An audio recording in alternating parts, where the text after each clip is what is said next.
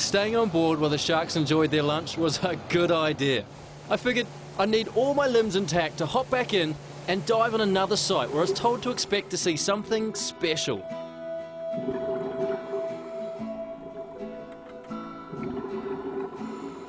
Because of recent rainfall and being so close to dry land, the water here was a little bit silty. This made visibility pretty poor. But as I gradually descended to 18 metres and made my way along the ocean floor, a ghost-like figure eventually came into view.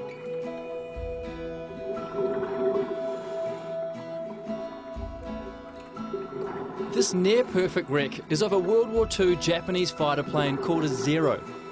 They were built by Mitsubishi and combined awesome manoeuvrability with very long range. And in the early days of the war, it had a legendary reputation as a dogfighter. The pilot of this plane was forced to ditch into the ocean, and because he did such a good job of it, the aircraft is completely intact, down to the machine guns on the wingtips and the flight instruments in the cockpit. Apparently, the pilot managed to survive and swam to shore where locals nursed him back to health.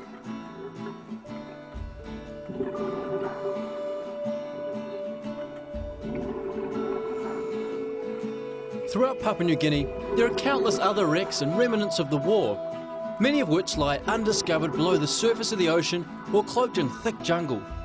But just like this incredible site, there are plenty of locations where you can get a close look at the machines of war that shaped our past.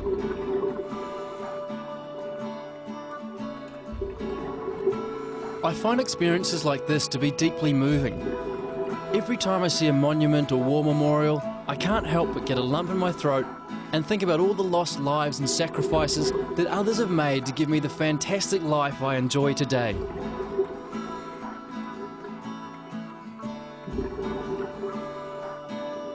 While now it may have been claimed by the ocean and inhabited by fish, this rusting plain possesses so much history.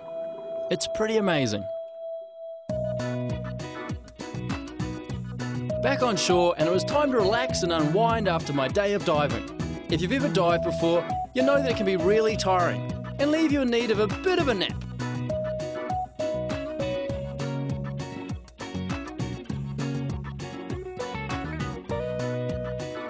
The place I was staying at is called Walindi Resort. It's a great spot with ocean views and all the comforts of a modern hotel.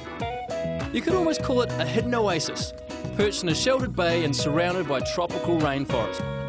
To be honest, the quality of this place came a little unexpected. When I first arrived in Papua New Guinea, I thought it would be all underdeveloped and the accommodation would be on the basic or rough side of things. But this place was awesome! The staff are full of smiles and really helpful, and although the resort was built for divers, there are plenty of other activities available, including birdwatching, hiking, kayaking, snorkeling and guided village tours. But most importantly for a guy like me, there are comfy bungalows, Wi-Fi internet access, mobile reception and fantastic food. When you do as much as I do during the day, good food and a cosy bed are all important. Plus, being able to email mum and tell her I'm still alive and having the adventure of a lifetime keeps me in the good books for when I eventually find my way home.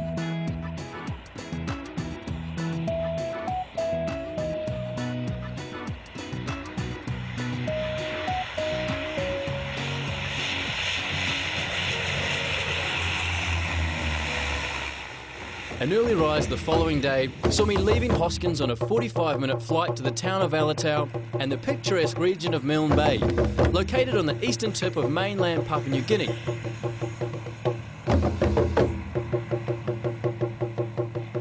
Upon arrival in this beautiful and remote part of the country, I was greeted by some of the friendly locals who performed a Sing Sing, which just happens to be the traditional welcoming ceremony in the area.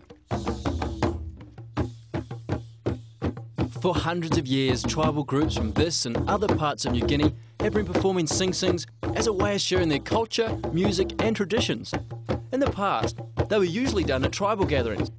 And nowadays there's a massive festival in the Eastern Mountains called the Goroka Show. It's a huge event where you can experience many of the indigenous cultures that make Papua such an extraordinary place. Yay! This small yet passionate display was very powerful, and it made me really excited about what I was going to see in the days ahead.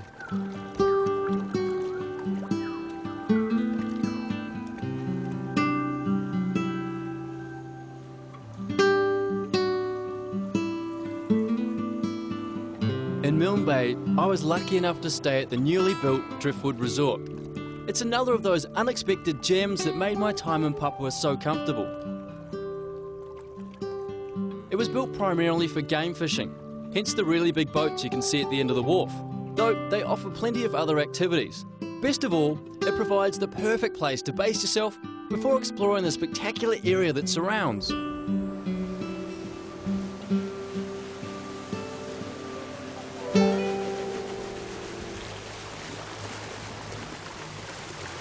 Morning, Cooley. Good morning.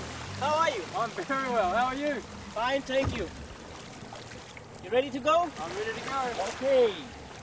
Let's go, buddy.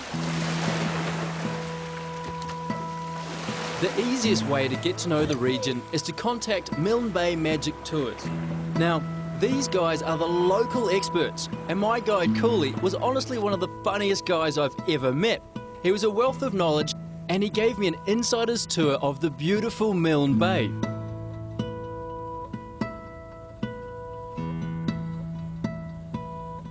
This gorgeous part of New Guinea is a maritime province, and most of the people here are seafarers who depend largely on the ocean for their livelihood. As we made our way through the bay, we passed a local fisherman who was more than happy to share with me his simple technique for catching his family's dinner. Back home, fishermen use rods and reels worth hundreds or maybe even thousands of dollars, but all this guy needed was a rusty hook and 30 metres of line wrapped around a plastic bottle. It seems to me everything in Papua New Guinea is fuss-free.